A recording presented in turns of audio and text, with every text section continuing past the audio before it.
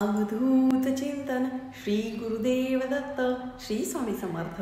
तुम्हा सर्वांचे आपल्या चॅनलमध्ये खूप खूप मनापासून स्वागत आहे। आजच्या व्हिडिओमध्ये आपण महाराजांना नवस कसा करावा, कुठला नवस करावा, म्हणजे महाराजांना तो अतिप्रिय आहे त्याबद्दलच माहिती घेणार आहोत। व्हिडिओला संपूर्ण बघा, म्हणजे तुम्हाला तुमच्या सगळ्या प्रश्नांचे उत्तर मिळतील। नेहमी असं वाटत असतं की महाराजांची आवडतीची गोष्ट कुठली आहे।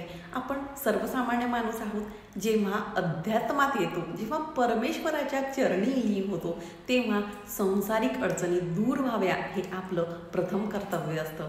आणि त्याच्या संदर्भात आपण महाराजांकडे काही गोष्टी मागत असतो की महाराज माझं हे होऊ द्या, महाराज माझं ते होऊ द्या। या पद्धतीने आपण नेहमी महाराजांकडे साकडं घालत असतो।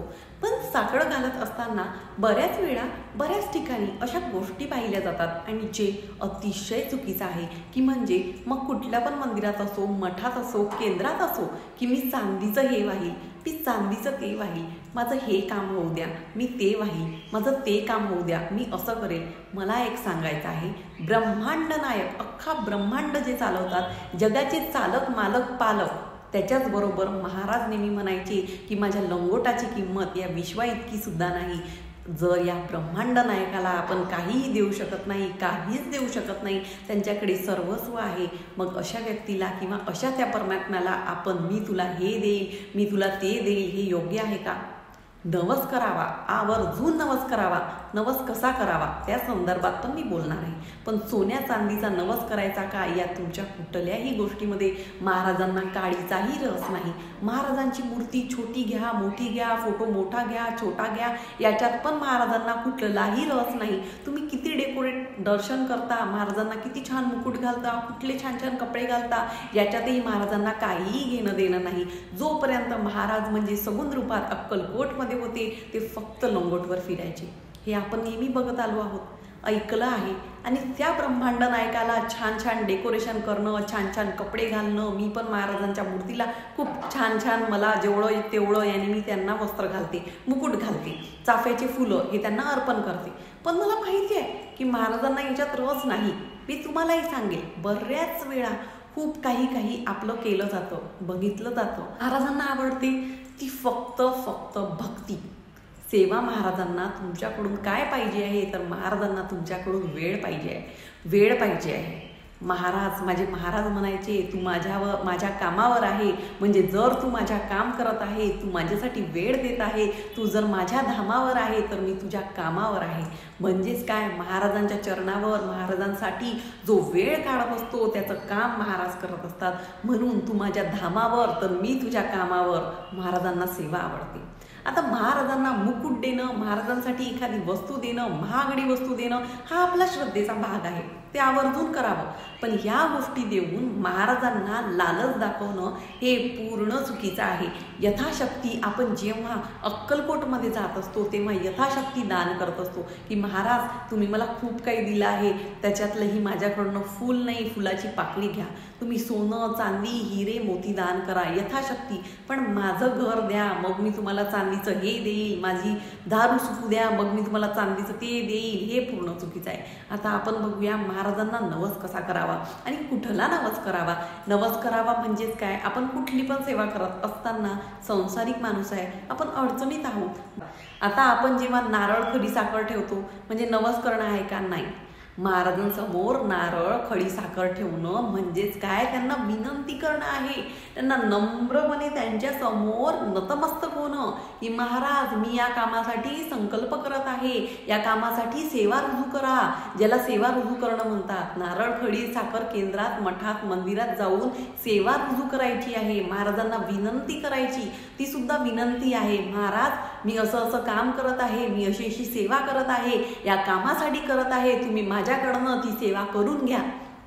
लक्षात घ्या, तुम्ही माझ्याकडनं ती सेवा करून घ्या, ही झाली विनंती, ही झाली सेवा रुजू करणं। नारळ खडी साखर ठेवणं म्हणजे कुठल्याही प्रकारचं ते काय महाराजांना एक नारळाचा आमिष देणं असं नाही, ती आपली सेवा रुजू करायची असते। बऱ्याच वेळा प्रश्न येतात की ताई आमच्या जवळपास अगदी केंद्रच नाही आहे, मठच नाही आहे, मंदिरच नाही आहे, पण दत्त महाराजांचं असेल ना, अगदी तेही नसेल तर सोडा, कुठलीही सेवा करण्याच्या आधी महाराजांच्या समोर नतमस्तक व्हा, नारळ खडीसाखर तुमच्या घरात ठेवा, कुठल्याही मंदिरात जाऊन नंतर तुम्ही ते नारळ अर्पण करू शकता, पण ती एक विनंती असते, ती सेवा रुजू करण्याची एक पद्धत असते. आता नारळ खडीसाखर का ठेवतात ते तुम्हाला समजलं असेल. आता नवस कुठला करायचा, तर आपण नवस केला पाहिजे किंवा करावा, आवर्जून करावा.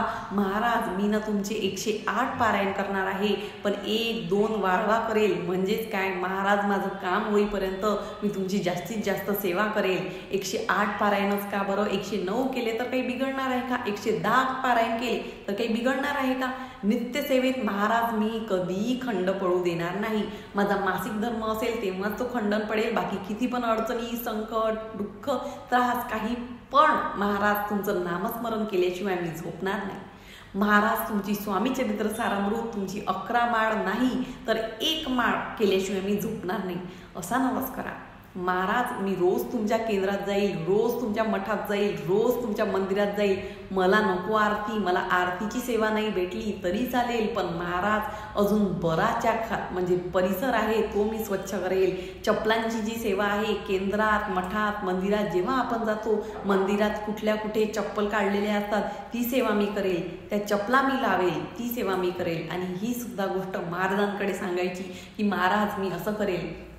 औदुंबराच्या झाडाखालच्या झाडाखालचा जो काही कचरा असतो, कारण अर्थात पानं गिळत असतात, आपण जेव्हाही म्हणजे पानं गळत असतात, आपण जेव्हाही केंद्रात जातो ते मी साफ करेल. केंद्रात गेल्यावर आरतीचाच मान मिळावा असा अट्टहास महिलांनी तर अजिबात करू नये. त्याच्यानंतर आरतीचे मी भांडे घासेल. महाराज मी तुमचं केंद्र झाडेल. तुम्हाला माहिती आहे जेव्हा तुम्ही केंद्र, मठ, मंदिर, अगदी कुठल्याही देवाचं मंदिर तुम्ही झाडत असता, जेव्हा तो कचरा काढताना तेव्हा तुमच्या आयुष्यातला कचरा, संकट, दुःख, त्रास हा सुद्धा आपोआप कमी होतो.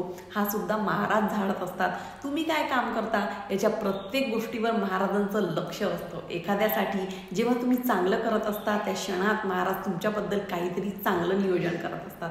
मला हे सांगायचं आहे, ही पारायणाचा जो तुम्ही संकल्प करता की महाराज मी मंदिरात जाऊन, मठात जाऊन, केंद्रात जाऊन तुमची सेवा करेल, जे काम मिळेल ते मी करेल, मी कधी अट्टहास नाही करणार की मला आरतीच भेटली पाहिजे, किंवा महाराज मी तुमच्या 11 माळी जप करत आहे ना, आता मी 12 माळी जप करेन. बघू बरं 1 माळ जास्त केल्याने काही बिघडतं का, महाराज काही तुम्हाला शिक्षा देतात का, नाही.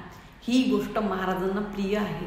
महाराजांना एखाद्या गरजू व्यक्तीला, एखाद्या स्त्रीला, एखाद्या पुरुषाला ज्याला खरंच तुमची गरज आहे त्याला मी तुमच्या चरणांजवळ आणून ठेवेल. मी तुमचा प्रचार प्रसार करेल. ज्या व्यक्तीला महाराजांबद्दल माहिती नाही आहे किंवा ज्यांना वाटतं की हे फक्त काहीतरी आहे, देव वगैरे असं काही नाही आहे, त्याला मी तुमच्यापर्यंत आणेल. असा तुम्ही संकल्प करा, अशी तुम्ही सेवा करा, नक्कीच महाराज तुमच्यावर प्रसन्न होतील. म्हणजेच काय, आपल्याला ह्या अध्यात्मामध्ये नामस्मरण वाढवायचं आहे. ज्याला महाराजांची गरज आहे, ज्या व्यक्तीला खरंच गरज आहे की ज्याच्या आयुष्यात खरंच खूप खूप संकट, दुःख, त्रास आहे, त्याला सांगा की बाबा तू केंद्रात जा, एकदा मठात जा, मंदिरात जा, बघ तुला हलकं वाटेल. अशी सेवा करा ना, या प्रकारचा संकल्प करा ना, महाराजांना तो नक्कीच आवडेल ना. की मी तुम्हाला एवढं देईल तेवढं देईल, काही नाही, ठीक आहे, लोक देतात मी पण देते, पण तो आपल्या श्रद्धेचा भाग आहे की हां मला छान वाटतं तर मला छान वाटतं, मी कृतज्ञता व्यक्त करण्याचा तो भाग आहे. पण संकल्प करतानाच मी तुम्हाला एवढं दान करेल. आणि बायकांचं असं असतं किंवा कुठल्या पण मनुष्यरूपी मनुष्यांचं असं असतं ना की आम्हाला सेवेला टाईमच नाही.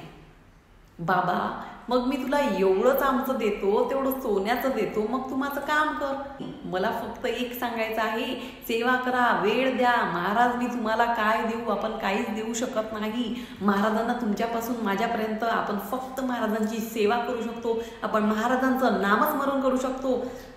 एवढंही ज्यांना नाही शक्य होत तर म्हणा की महाराज याच्यानंतर मी कधी कोणाचं वाईट विचार करणार नाही, याच्यानंतर मी कधी कोणाला वाईट बोलणार नाही, माझ्याबद्दल कोणीही पण वाईट निंदा नालस्ती करून मी त्याच्याबद्दल वाईट बोलणार नाही, असा संकल्प करा. हा सुद्धा एक संकल्प आहे, हा सुद्धा महाराजांना केलेला नवस आहे. या गोष्टींचा नवस महाराजांना आवडतो.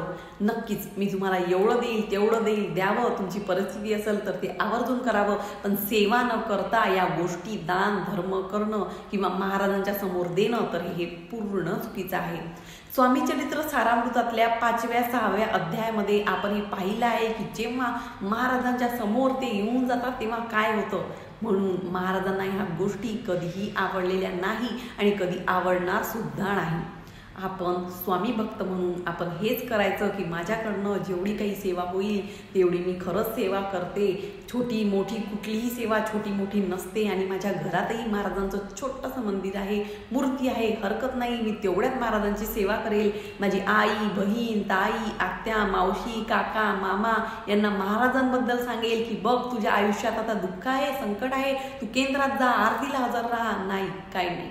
तर स्वामी चरित्र सारामृताचे 3 अध्याय तरी तू पठन कर, नक्कीच तुझं चांगलं होईल. ही सेवा करूया, एक स्वामी भक्त वाढवूया.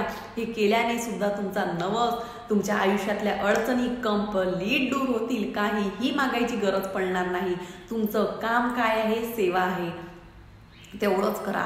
तर आजच्यासाठी फक्त इतकंच. झालेली सेवा महाराजांच्या चरणी मी रुजू करते आणि आजचा व्हिडिओ इथेच थांबवते. आवडला असेल तर लाईक करा, शेअर करा, स्वामी भक्ती सोजवल या चॅनलला सबस्क्राईब करायला विसरू नका. भेटूया परत अशाच एका नवीन व्हिडिओसोबत. तोपर्यंत श्री स्वामी समर्थ.